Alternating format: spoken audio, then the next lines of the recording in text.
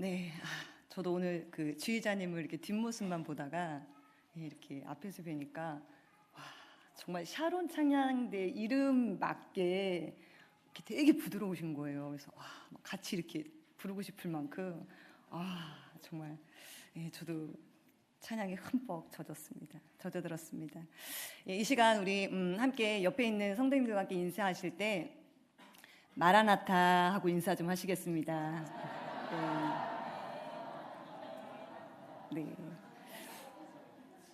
네. 마라나타의 뜻을 우리 성도님들 아십니까? 네, 주님 오시옵소서. 또 우리 주님께서 오십니다라는 초대교회의 성도들은 예수님의 재림을 간절히 기다렸습니다. 그래서 모일 때마다 예배의 자리에서 그들은 자신의 신앙을 한마디로 함축해서 기도문처럼 마라나타 하면서 성도들끼리 서로 인사를 하고 기도를 했습니다.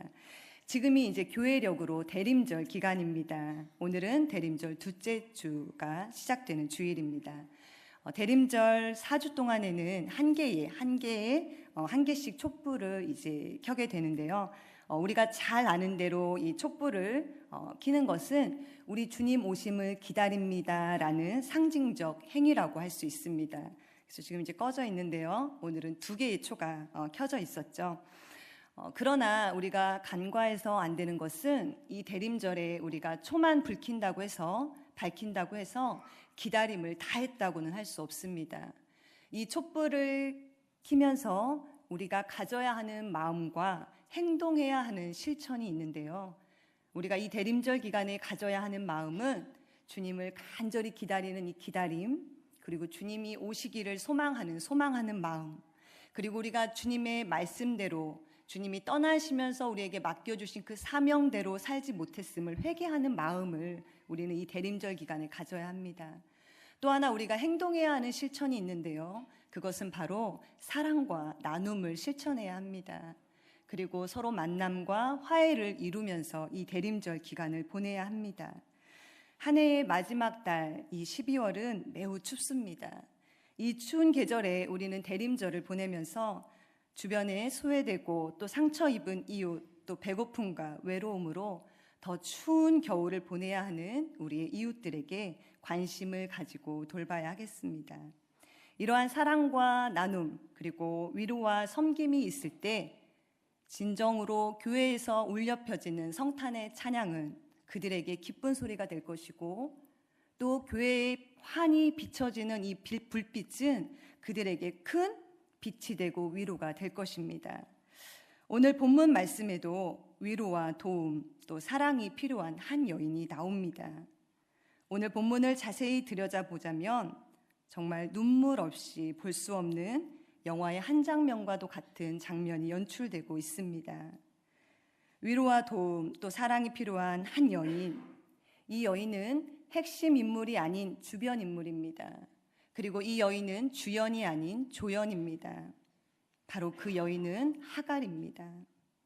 우리는 성경을 보며 특히 창세기를 보면서 아브라함에게 주목하느라, 또 사라에게 주목하느라, 이삭에게 주목하느라 창세기 16장, 성경 한 장을 할애해서 기술하고 있는 이 하갈에 대해서는 우리는 관심을 그다지 갖지 않습니다. 왜냐하면 이 여인은 언약 백성, 즉 이스라엘 백성도 아닙니다. 애굽의 여인입니다. 그리고 사라의 몸종입니다. 노예입니다. 그리고 사라의 대리모였습니다. 그렇기 때문에 우리는 이 하갈을 주목하지 않고 관심을 갖지 않습니다. 당시에 부유한 여인은 결혼을 할 때 지참금으로 자신의 몸종을 데리고 왔다고 합니다. 그런데 이 하갈이 애굽 여인인 것으로 보아 아마 사라가 메소포타미아에서 결혼할 때 지참금 형식으로 데려온 종이 아니라 애굽에 있을 때 얻어온 종으로 여겨집니다. 그렇습니다. 하갈은 사라의 몸종이자 노예이자 하갈의 소유물이었습니다. 정말 보잘것 하나 없는 여인이었습니다. 그런데 왜 성경은 이렇게 보잘것 없는 이 여인을 상세히 기술해 놓았을까요? 어차피 핵심 인물 위주로 또 언약 백성 중심으로 기술하고 이 여인은 짤막하게 다루어도 될 것을, 아무런 문제가 되지 않을 것을 성경은 왜 이 하갈에 대해서 한 장을 할애하면서까지 기술했을까요? 이는 분명 하갈과 그의 아들 이스마엘을 통해 하나님께서 우리에게 주시고자 하시는 메시지가 있지 않을까 싶습니다. 우리가 주목하지 않는, 관심 갖지 않는 한 여인에 대한 하나님의 관심은 무엇이었으며 그를 통해 우리에게 주시고자 하는 메시지가 무엇인지 저는 오늘 그 속에 나타난 하나님의 마음과 뜻을 전하고자 합니다. 먼저 오늘 본문 말씀을 창세기 21장을 다루기 전에 창세기 16장 전체의 말씀을 살펴보고자 합니다. 아브라함의 아내 사라는 자신이 아이를 출산하지 못하는 것에 대해 상당한 수치심을 가지고 있었습니다. 당시에 아이가 없다는 것은 매우 심각한 일로 여겨졌는데요. 왜냐하면 사람은 그 후손을 통해서 계속해서 산다고 믿었기 때문입니다. 그래서 사라는 여자로서 자신이 아이를 낳지 못하는 그 수치를 덮기 위해 남편 아브라함에게 자신의 여종 하갈과 함께 동침할 것을 요구합니다. 옛 중동의 관습에 따르면 아이를 낳지 못하는 부인이 남편에게 자신의 몸종을 줄 수 있었다고 합니다.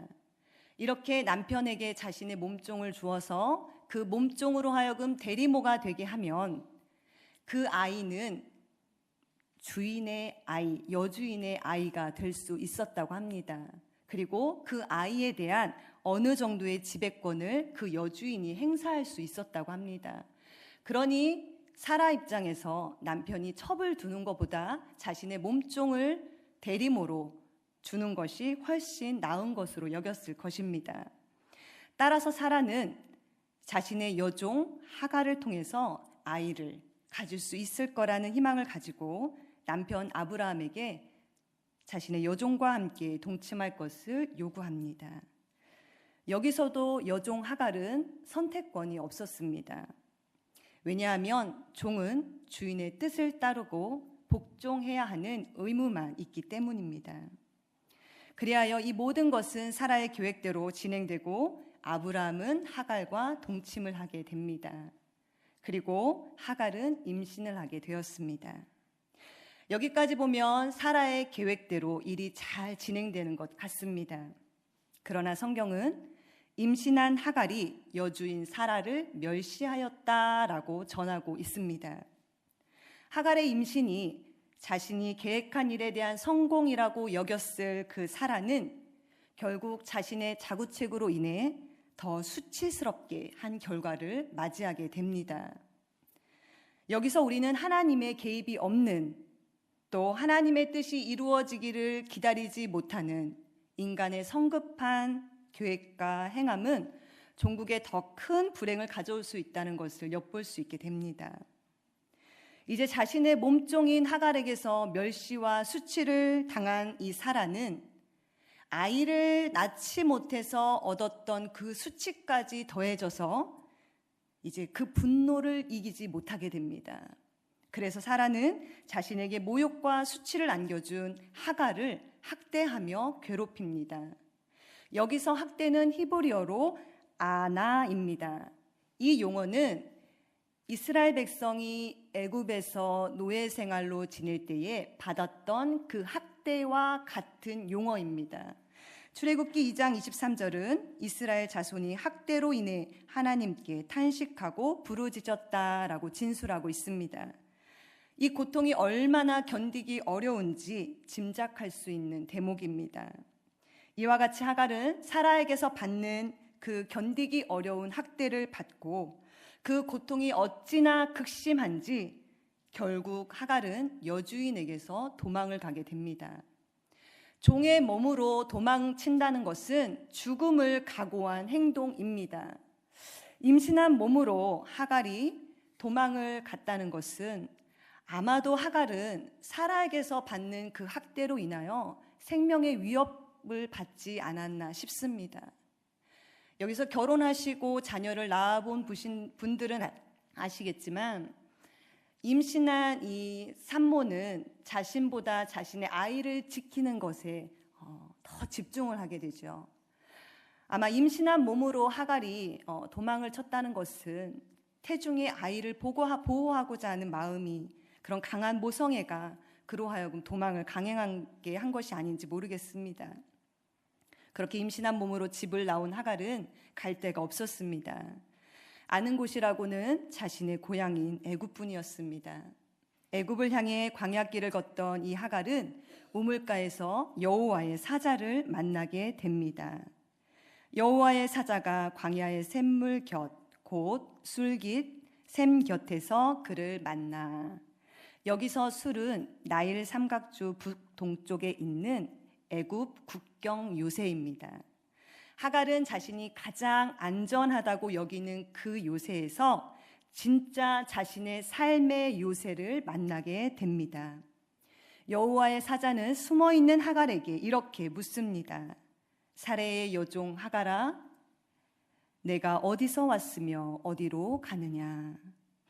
여기서 하나님의 사자는 하갈을 사레의 여종이라고 부릅니다.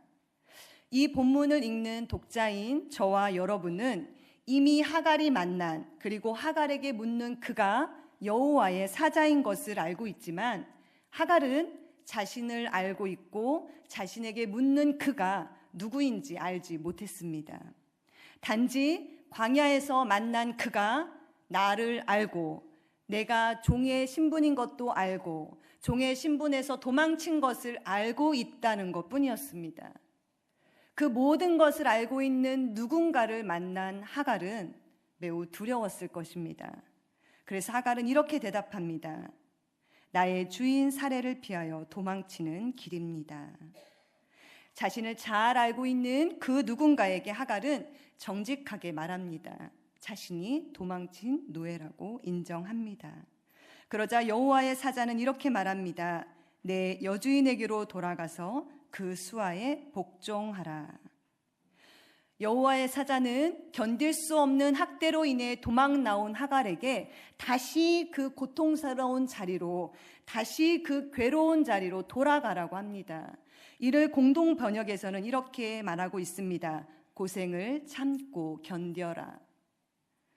이 명령은 목숨을 잃을까, 뱃속의 아이를 잃을까 도망 나온 임신한 하갈에게는 너무나 가혹하고 무정해 보이는 말입니다. 그러나 우리는 다음 구절을 통해 이 말씀이, 이 명령이 약속이 있는 명령이고 은혜인 것을 알 수 있습니다. 우리 창세기 16장 10절과 11절을 함께 읽겠습니다. 여호와의 사자가 또 그에게 이르되 내가 내 씨를 크게 번성하여 그 수가 많아 셀 수 없게 하리라. 여호와의 사자가 또 그에게 이르되 내가 임신하였은즉 아들을 낳으리니 그 이름을 이스마엘이라 하라. 이는 여호와께서 내 고통을 들으셨음이니라. 아멘. 그렇습니다. 괴로운 자리에서, 고통의 자리에서 고생을 참고 견뎌야 하는 이유가 있습니다. 오늘 내가 견뎌야 하는 그 괴로움과 고통에 이유가 있다면, 그런데 그 이유가 하나님의 뜻이라면 우리는 견디고 참아내야 합니다. 여호와의 사자는 하갈에게 셀 수 없이 많은 자손을 갖게 될 것이라고 약속합니다. 그리고 그 태중에 있는 아이가 아들이고, 그리고 그 아들의 이름까지 지어주시는데 그 아들의 이름은 이스마엘이라 하라 라고 이름을 지어주십니다. 이스마엘이라는 이름의 뜻은 하나님이 들으셨습니다 라는 뜻입니다. 이제 하갈은 자신을 잘 알고 자신에게 말씀하시고 또 자신을 지키시고 보호하시겠다고 약속하시는 그 누군가가 누구인지 알아챘습니다. 바로 그분은 여호와 하나님이셨습니다. 하갈은 그 하나님을 이렇게 고백합니다. 하갈이 자기에게 이르신 여호와의 이름을 나를 살피시는 하나님이라 하였으니 이는 내가 어떻게 여기서 나를 살피시는 하나님을 배웠는고 함이라. 여기서 살핀다는 말은 돌보신다라는 말입니다. 하나님은 가장 큰 공경에 처해 있는 순간에 하갈에게 나타나심으로 그녀를 돌보시고 지키시고 보호하시겠다고 약속하십니다.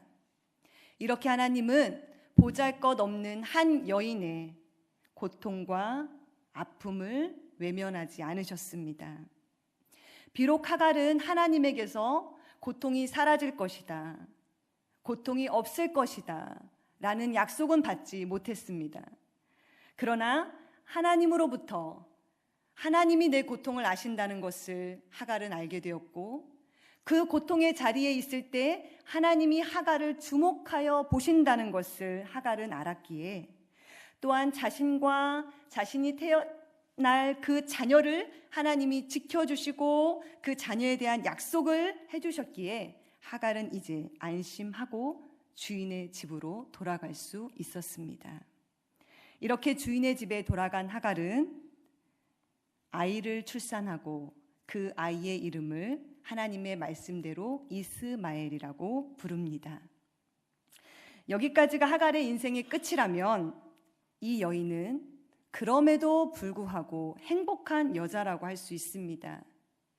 왜냐하면 종의 신분으로, 종의 몸으로 주인의 아이를 낳았어요. 또 낳은 것으로 끝나는 것이 아니라 하나님께서 친히 그 아이의 이름까지 지어주셨습니다. 또 그것으로 끝난 것이 아니라 그 자녀에게 하나님이 약속하시고 그 자녀와 함께 해주시겠다고 약속까지 해주셨습니다. 그런데 하갈의 기쁨은 이제 사라의 기쁨으로 옮겨갑니다. 하나님께서 아브라함에게 약속하신 아들 이삭이 태어났기 때문입니다. 이삭의 이름의 뜻은 웃음입니다. 한 가정에 한 아이의 출생으로 웃음꽃이 피었습니다. 그러나 한쪽에서는 더 이상 웃을 수 없고 또 슬퍼할 수밖에 없으며 더 나아가 두려워할 수밖에 없는 여인이 있었는데, 그 여인이 바로 하갈입니다. 누군가 기뻐할 때 누군가는 슬피 울고 있을 수 있습니다. 내가 기뻐하는 그 자리에 누군가는 절망하며 고통 속에 신음할 수 있습니다. 그러니 우리는 항상 주위를 둘러보아야 합니다. 오늘 본문은 이삭의 출생으로 인해 모두가 기뻐할 때 하갈이 겪어야 하는 처지를 보여주고 있습니다. 오늘 본문 창세기 21장 8절에서 10절 말씀을 함께 읽도록 하겠습니다. 아이가 자라매 젖을 때고 이삭이 젖을 때는 날에 아브라함이 큰 잔치를 베풀었더라. 사라가 본즉 아브라함의 아들 애굽 여인 하갈의 아들이 이삭을 놀리는지라.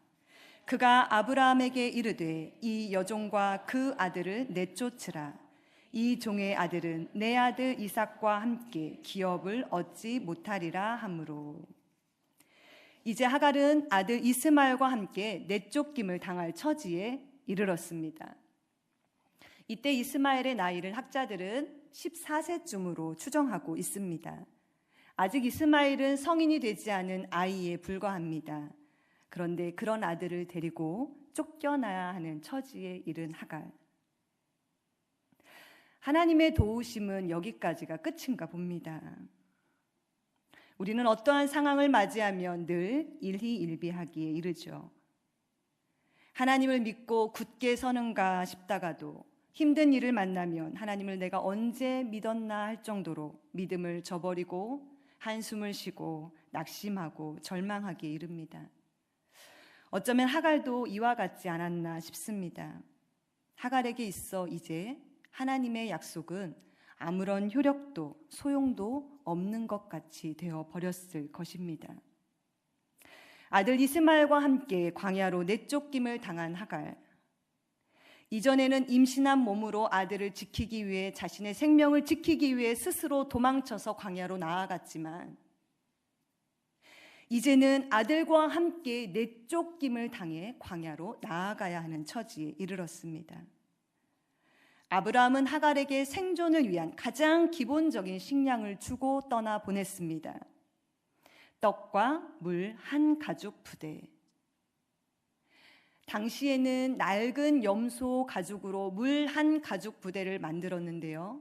여기에는 약 15리터의 물을 담을 수 있었다고 합니다. 광야에서 2명이 15리터를 마신다면 며칠을 버틸 수 있었을까요? 성경은 하갈과 이스마엘이 지닌 그 가죽 부대에 물이 떨어졌다라고 전하고 있습니다. 광야에서 물이 없다는 것은 곧 사망 선고를 받은 거나 마찬가지입니다. 이는 죽음이 곧 임박해 온다는 것이고 죽음을 고스란히 기다릴 수밖에 없음을 뜻하는 것입니다. 이제 하갈이 할 수 있는 것이라고는 광야에서 죽음을 기다리는 것뿐이었습니다. 부대에 물이 떨어지자 하갈은 덤불 한 구석에 아들을 내려놓고 자식이 죽는 것을 어찌 눈뜨고 보랴 하고 탄식하며 화살이 날아가는 거리만큼 떨어져서 주저앉아 이스마엘을 바라보았다. 하갈은 이스마엘이 소리내어 우는데도 주저앉아 그저 바라보았다.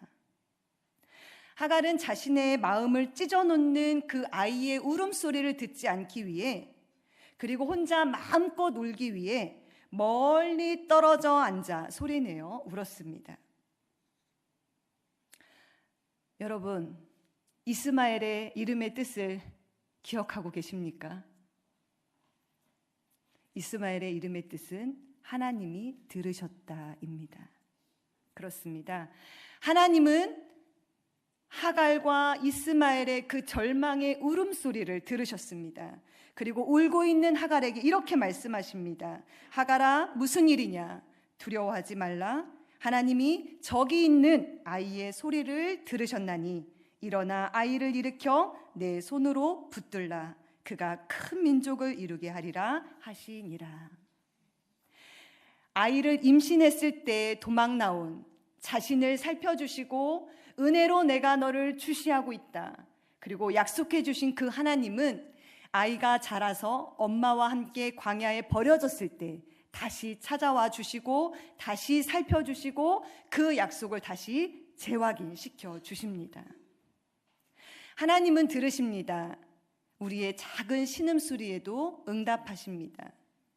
아무 말도 할 수 없고 누구에게도 도움을 청할 수 없어서 절망의 끝자락에서 울고 있는 분 계십니까? 하나님은 들으십니다. 절망의 자리에서, 숨막히는 두려움의 자리에서 신음하며 통곡하며 우는 소리를 하나님은 들으십니다. 그리고 말씀하십니다. 이미 우리에게 말씀하신 그 약속의 말씀, 내가 임마누엘의 하나님이 되어주겠다 하신 그 약속의 말씀, 내가 너를 돕겠다, 내가 너의 산성이 되겠다, 내가 너의 요새가 되겠다라고 하신 그 말씀, 우리가 절망의 자리에서, 두려움의 자리에서, 괴로움의 자리에서 잊어버렸다 할지라도 하나님은 우리에게 다시 찾아오셔서 그 약속의 말씀을 되새겨 주시고 우리에게 힘을 주시고 우리를 위로하십니다.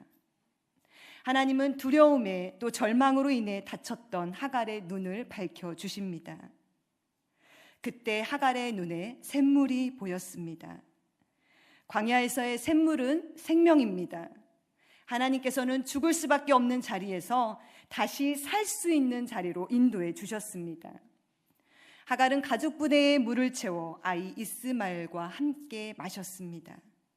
그리고 성경은 전합니다. 하나님이 이스마엘과 함께 하시니 이스마엘은 광야에서 거주하며 활 쏘는 자가 되었다. 이렇게 하갈을 만나주신 하나님, 그리고 하나님을 만난 하갈. 그러나 여러분, 하갈은 그 자리에서 바뀌어진 것이 하나도 없습니다. 여전히 하갈은 광야에서 살아내야 했습니다. 여전히 하갈은 여자 혼자의 몸으로 아이를 키워내야 했습니다. 달라진 것은 하나도 없고 바뀌어진 것은 하나도 없지만 하갈을 일으킨 건 하나님의 말씀이었습니다. 자신과 같은 이방 여인, 보잘것없는 여종을 찾아와 주셔서 내 모든 형편을 다 아시는 하나님이 나와 함께 하시겠다고 하신 그 약속의 말씀이 하갈을 일으킨 것입니다. 이렇게 하나님의 자비와 은총은 언약의 백성인 아브람과 사라가 아닐지라도 여종 하갈과 그의 아들 이스마엘에게도 동일하게 주어졌습니다. 그렇다면 하물며 하나님의 독자 예수 그리스도의 핏값으로 삼바된 저와 여러분을 하나님이 외면하실까요? 마태복음 6장 30절, 31절 말씀을 우리 함께 읽도록 하겠습니다. 오늘 있다가 내일 아궁이에 던져지는 들풀도 이렇게 입히시거든 하물며 너희일까 보냐. 믿음이 작은 자들아.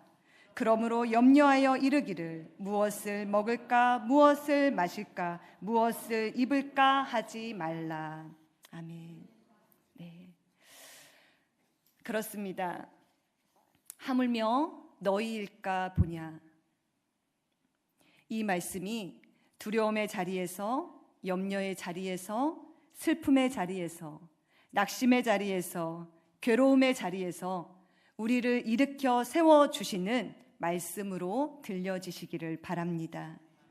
광야 같은 세상에서 버려진 것만 같은 처지일지라도 하나님이 우리와 함께 하시고 하나님이 우리의 아버지가 되어 주십니다. 신실하신 하나님, 약속을 지키시는 하나님, 자비가 한이 없으신 하나님은 우리의 고통을 외면하지 않으십니다. 이제 성탄이 가까이 오고 있습니다. 가난한 자, 우는 자, 소외된 자, 약자를 외면하지 않으시고 돌보시고 자비를 베푸시는 그 하나님의 마음으로 우리 주변에 누가 울고 있는지, 누가 아파하고 있는지, 누가 슬퍼하고 있는지 관심을 가지고 또 사랑을 나누며 이 대림절을 보내시기를 간절히 소망합니다. 기도하시겠습니다. 하나님 감사합니다. 보잘것없는 우리를 하나님께서 사랑해 주시고 하물며 너희일까 보냐. 아무것도 염려하지 말고 아무것도 두려워하지 말고 근심하지 말라고 말씀하신 그 하나님의 말씀을 우리가 듣습니다.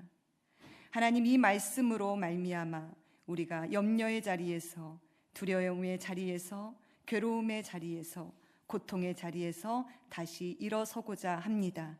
하나님, 저희를 붙잡아 주옵소서. 예수님의 이름으로 기도드립니다. 아멘.